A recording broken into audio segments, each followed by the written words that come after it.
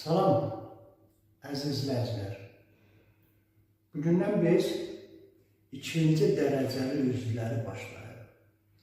İkinci dərəcəli üzvlərin cümlədəki vəzifəsi baş üzvləri izah etmək, onlar haqqında əlavə məlumatlar verməkdir. Tamamlıq, təyin, zəriflik.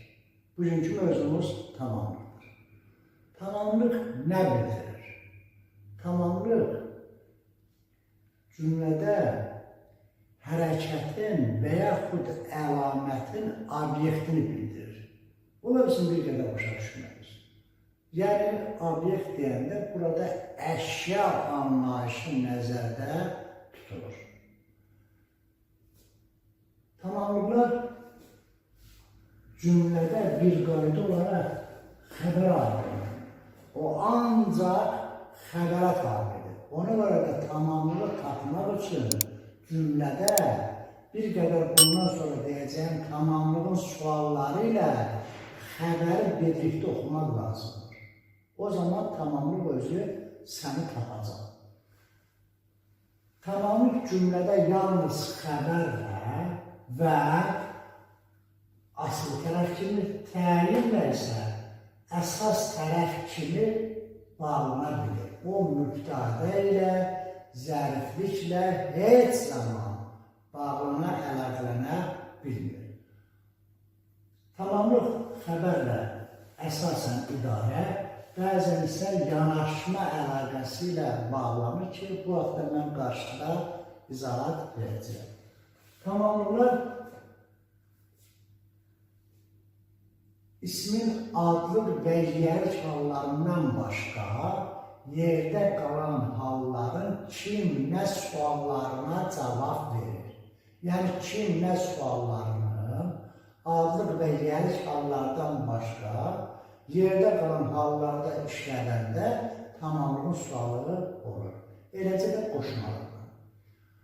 Məhz buna görə, hansı halda işlənməsinə görə tamamlıqlar iki qrupa bölünür. Vasitəsiz tamamlıqlar, vasitəli tamamlıqlar. Əlbəttə, bu məktəb proqramından çıxarılsa da, mən münasib bildiyim geniş izləyici kütləsini nəzərə alaraq bunlar haqqında danışmağı münasib bildim. Əvvəlcə vasitəsiz tamamlıq. Vasitəsiz nədir? Yəni, vasitə olmadan birbaşa xəbərlə bağlıdır.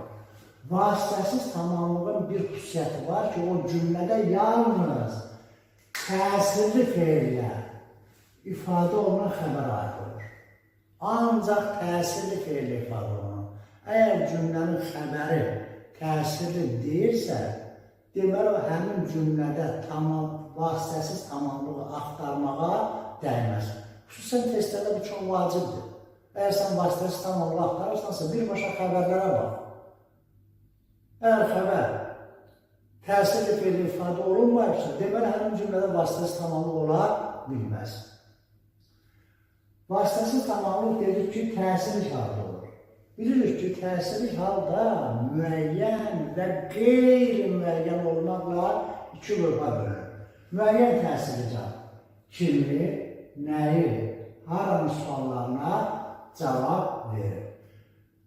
Təsirli halda olan söz və yaxud söz birləşməsi cümlədə xəbərlə əlaqələnibsə, o tamamlıqdır. Baxaq o cümlələr. Oğlan daşı götürdü. Götürdü təsirli feildir. Daşı tamamlıqlı isimlə ifadə olunmuş tamamlıqdır. Daş ustasını çağırdı. Çağırdı təsirli feildir. Daş ustasının təsirli haldadır. İkinci növ təyinli söz birləşməsi ilə ifadə olunmuş tamamlıqdır. Kimi çağırdı? Dağın zirvəsini fəth etdik. Fəth etdik. Haranı? Dağın zirvəsini. Hər yeri təmizlərlər. Haranı təmizlərlər, hər yeri tamamlıqdır. Tamamın altına qırıq-qırıq xətt çəkilir. Bacım atını bitirdi. Mürəkkəb adla ifadə olunur. Haranı bitirdi, atını bitirdi. Susmağı bacarmır. Nəyi bacarmır? Susmağı bacarmır. İrəlini görmürdük. İrəlini təsir qaldır. Burada bir şey demək lazımdır. hara sualı ümumiyyətlə tamamlıqda yalnız təsirli halda olanda tamamlıq olur. Digər hallarda tamamlıq olmur. Ona görə də bu cümlədə irəli götürdük. Yer zərfi ilə ifadə olunsa da təsirli halda olduğundan tamamlıqdır. Və yaxud dağın zirvəsini haranın təsirli halda olduğundan vasitəsi tamamlıqdır. Deməli, kimin nəyi sualından başqa tamamlıqda yalnız vasitəsiz tamamlıqdır ki, müəyyən vasitəsi tamamlıqdır ki, haranın sualına cavab verir. Qeyri-müəyyən təsirli halda. Qeyri-müəyyən təsirli halda olan tamamlığa qeyri-müəyyən vasitəsiz tamamlıq deyilir. Bilirik ki, qeyri-müəyyən təsirli halda cümlədə ancaq nə sualına cavab verir?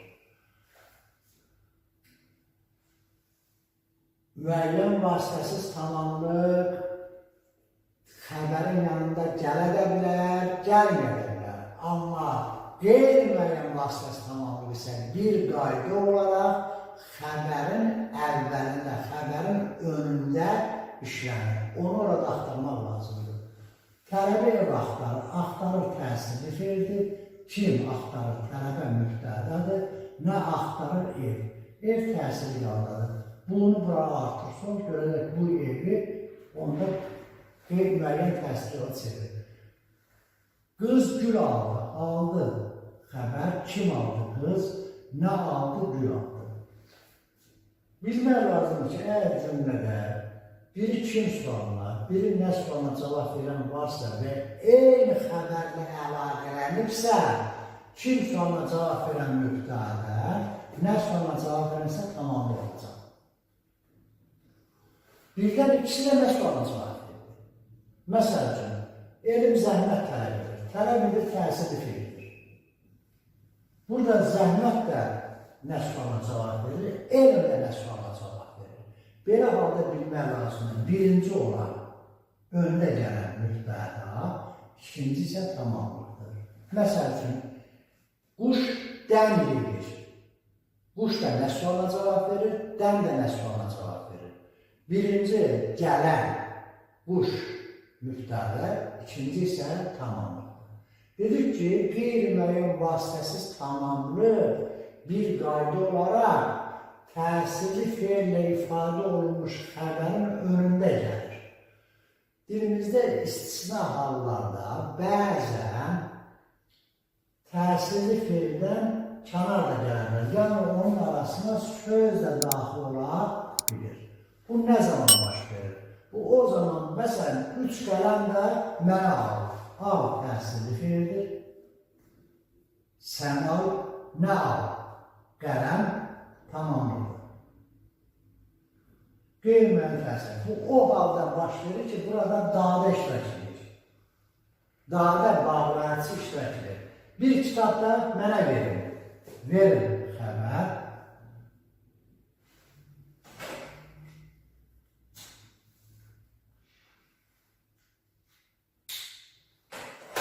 Verin xəbər. Kitab tamamlıqdır. Aralarında dadə bağlayıcı işləndiyinə görə aralı düşə bilər. Mən tamamlığın ifadə vasitələri haqqında danışacağım. Lakin qeyri-müəyyən vasitəsiz tamamlığın ifadə vasitələri çox məhdud olduğundan burada onları deməyə münasib bilirəm. Qeyri-müəyyən vasitəsiz tamamlıq əsasən nə edir? Əsasən isimlə ifadə olur dilimizdə. Çünki isimlər qeyri-müəyyən halda işlənə bilir. Bəzən isimləşmiş sifət də ola bilər. Mən elə gözəllər görmüşəm ki, görmüşəm təsirli feildir. Gözəllər isimləşmiş sifətdir, qeyri-müəyyən təsirli haldadır. İkinci növ təyin söz birləşməsi də ifadə oluna bilər. Məsəl üçün, mən kitab rəfi düzəltdim. Düzəltdim. Kim? Mən nə düzəltdim? Kitab rəfi. Üçüncü növ təyini söz birləşməsi ilə ifadə oluna bilmir. Bir də deyirəm. İkinci növ təyini söz birləşməsi qeyri-müəyyən təsirli halda işlənə bilər. Lakin üçüncü növ təyini söz birləşməsi konkretlik bildirdiyindən heç zaman təsirli halda işlənə bilmir. Və bəzən də mürəkkəb adlarla ifadə oluna bilər. Məsəl üçün, o qızın toyuna 5 xalq artisti çağırmışdı. Xalq artisti mürəkkəb addır, artistini çağırmışdı, vasitəsi tamamdır. Deməli, öyrəndik ki, müəyyən vasitəsi tamamlar kimin nəyə qaranı sualına cavab verir, onun ifadə vasitələri genişdir. Qeyri-müəyyən vasitəsi tamamlırsa, qeyri-müəyyən təsirli halda olur, nə sualına cavab verir. Vasitəli tamamlıqlar. Vasitəli tamamlıqlar cümlədə bütün xəbərlər aydınlanır. Həm təsirli fe'li ifadə olunan xəbərə, həm təsirsiz fe'li ifadə olunan xəbərə, həm də isim xəbərə aid ola bilər. Uşaqlarda belə bir yanlış çox zaman fikir yaranır ki, vasitəsiz tamamlıq təsirli fe'li ifadə olunan xəbərə aiddirsə, vasitəli tamamlıq deməli təsirli fe'li ifadə olunan xəbərə aid ola bilməz. Məsələn, mən kitabı Həsəndən aldım. Kitabı vasitəsi tamamlıqdır, Həsəndən vasitəli tamamlıqdır, almaq təsirli fe'li ifadə olunmuş xəbərdir. Yəni, bu yanlış təsəvvürdən uşaqları təsəvvürdən ayırmaq lazımdır. Vasitəsiz tamamlıq dedik ki, adlı halda olanda mübtəda olur, ümumiyyətlə sözlər. Gəliş halda olanda ikinci və üçüncü növ təyin söz birləşmələri yaradır və cümlənin bütövlükdə bir üzrü olur. İsmin görünüş halında kimə, nəyə, yerliş halında kimdən, nədə, çıxışlıq halında kimdən, nədən suallarına cavab verir. Bunlar hamısı idarə əlaqəsinə bağlanır. Xəbər. Eləcə də qoşmalarla işlənən tamamlar var. Məsəl üçün, kim ilə, nə ilə, qardaşım ilə getdim, ağac ilə vurdum, nə ilə vurdum, kim üçün, nə üçün. Burada nə üçün sualına bir qədər diqqət edək. Nə üçün sualı dilimizdə iki mənada işlənir. Bir nəyə mənasında, bir də niyə mənasında. Məsəl üçün, kitab üçün üzlük aldım. Əgər nə üçünü nəyə sözü ilə əvəz eləmək olarsa, o zaman o tamamlıqdır. Niyə sözü ilə əvəz eləmək mümkündürsə, o artıq tamamlıq yox, zərflikdir. Bunun haqqında gələcəkdə danışacaq. Kim haqda, kim haqqında, nə haqqında, kim barəsində, nə barəsində. Mənə elə gəlir ki, bunlar da beləcə də ola bilər. Kim tərəfindən, nə tərəfindən. Məsəl üçün, qapı usta tərəfindən düzəldildi. Kim tərəfindən düzəldildi? Usta tərəfindən tamamlıqdır. Kimə qarşı, nəyə qarşı? Məsəl üçün, düşmənə qarşı vuruşulur. Kimə qarşı, düşmənə qarşı tamamlıqdır. Eləcə də kimdən başqa, kimdən savay, kimdən qeyrisi, kimdən özgə və digər fərqləndirmə qoşmalar. Eləcə də nədən başqa savay. Bunların bir xüsusiyyəti var ki, bunlara cümlədə sual verilmək olmur. Məsələn, Əlidən başqa hamı dərsə gəlmişdir. Sual verir, gəlmişdir. Kim gəlmişdir, hamı gəlmişdir. Kimdən başqa gəlmişdir, sualı vermək olmur. Yəni, bu fərqləndirmə qoşmaları ilə olan tamamlıqlar cümlədə suala cavab verir. Lakin tamamlıq hesab olunur. Bunların hamısı yanaşma əlaqəsilə bağlanır. Yalnız mənim fikrimcə bu, idarə əlaqəsilə bağlanır. Çünki burada hal şəkilçisi var və hal şəkilçisi də idarə əlaqəsinin göstəricisi. Digərləri isə yanaşma əlaqəsi ilə xəbərlə bağlanır. Tamamlıqlar da mübtəda və xəbər kimi quruluşuna görə sadə və mürəkkəb olur. Sadə tamamlıqlar nə ilə ifadə olunur? Nitq hissələrində. Mürəkkəb tamamlıqlar isə söz birləşmələri ilə ifadə olunur. Ümumiyyətlə, tamamlıqla mübtədanın ifadə vasitələri demək olar ki, eynidir. Fərq ondadır ki, adlı halda olanda bu mübtəda olur, digər hallarda olanda isə tamamlıq olur. Sadə tamamlıqlar dedi ki, nitq hissələri ifadə olunur. İsimlə ifadə olunur, ən çox isimlə və əvəzlə ifadə olunur. Dəftərdən götürür. Nədən götürür? Tamamdır. Vasitə tamamdır. Usta şüşələri saldı. Saldı kim? Usta nəyi saldı? Şüşələri isimlər. İsimləşmiş sifətlərlə ifadə olunur. Yaxşılardan ziyan gəlməz. Ziyan gəlməz xəbər. Kimdən? Yaxşılardan yaxşı sifətli isimləşib və tamamı vəzifəsini işlədir. 14-ü 7-yə bölür. Böl xəbərdir, fiili xəbərdir. Nəyi böl? 14-ü tamamlıqdır. Sadə tamamlıqdır. Çünki bu tərkibi fiildir, tərkibi saydır. Neçəyə böl? 7-yə. Bu da tamamlıqdır. Sadə. Əvəzli ifadə olunur. Xüsusən şəxs əvəzlikləri, qeyri-müəyyən əvəzliklər, öz əvəzliyi ilə, eləcə də tamamlığın sualları olan əvəzliklər. Bayaqda da dediyim sualların hamısı tamamlıq vəzifəsində işlənə bilir. Lakin bunlara sual verilmədən tamamlıq götürülür. Bəlkə ki, kimi axtarırsan, buna sual verilmir. Kimi burada tamamlıqdır, təsiri cavabdadır və sual verilmiş sual əvəzi ifadə olur. Məndə kitab çoxdur, ismi xəbərdir. Nə çoxdur? Kitab müqtada, kimdə? Məndə tamamlıq şəxs əvəzi ifadə olunur. Zərflərlə ifadə olunur. Ancaq yer zərflərlə yuxarı və aşağı sözləri isimləşəndə, eləcə də digər yer zərfləri bunlarla bərabər təsirli halda işlənəndə tamamlıq olur. Yuxarıda aşağılara hörmət etsinlər xəbər, kim yuxarılar müqtada isimləşib, kimi aşağılara. İçərini təmizlədir, içəri zərfi təmizləyin, haranı içərini. Ümumiyyətlə, çoxunda çaşqınlar var. Yer zərflərini əksərən zərfi götürür. Yadda saxlayar ki, bu zərflər təsirli halda işlənəndə tamamlıq olur. İçərini axtarırlar, tamamlıqdır. Yuxarını görmürlər, tamamlıqdır. Məslərlə ifadə olunur çox. Yatmaqda nə görürsən? Görürsən xəbər, nə? Tamamlıqdır. Yatmaqda tamamlıqdır. Bu sual əvəzlə ifadə olunur, bu isə məslərlə ifadə olunur. Feil sifətlər.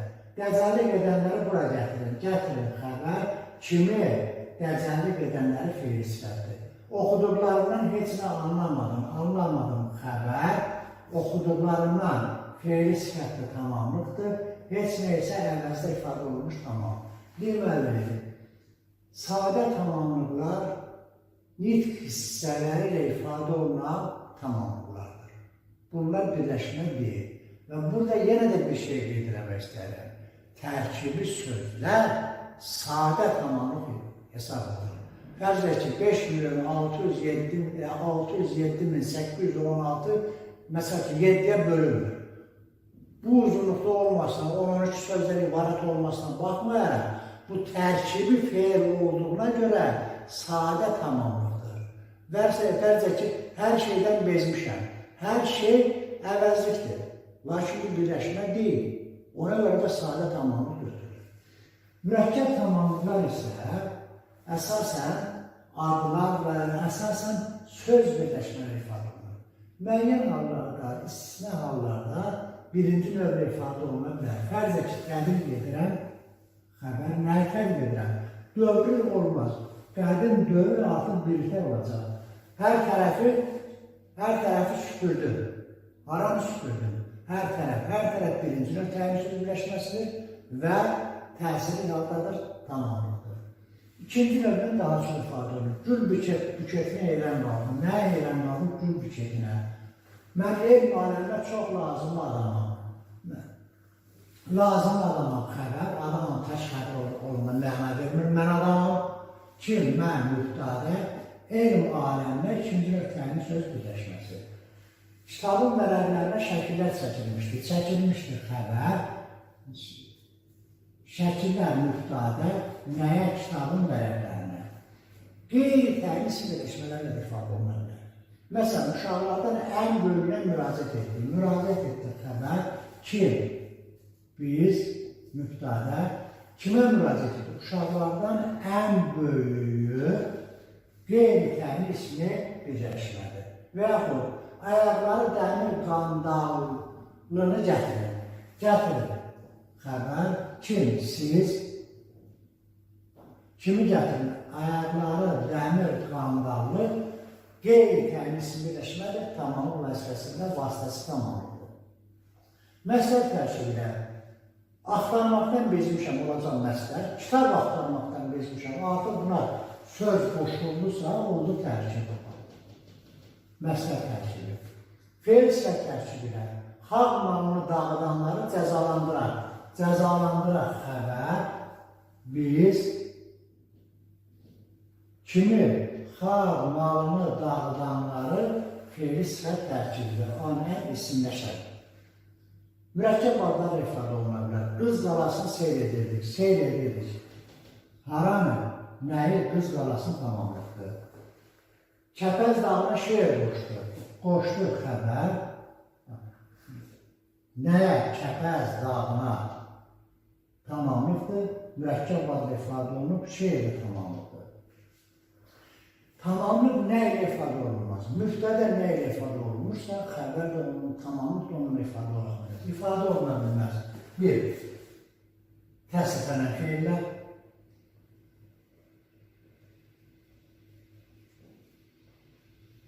Fe'li bağlama ilə. Elə də fe'li bağlama tərkibi ilə.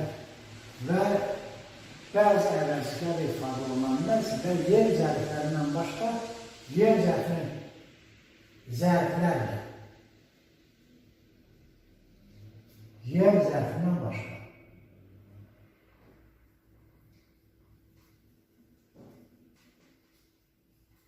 Ancaq yer zərfi tamamı ola bilər, digər zərflər tamamı ola bilər. Eləcə də fe'li bağlama tərkibi ilə ifadə oluna bilməz. Bugünkü dərsimiz bu qədər. Əgər mənim izahım xoşunuza gəlirsə bəyənmə işarəsini vurun, rəy və təkliflərinizi yazın və kanalıma abunə olun. Gələn görüşürüz.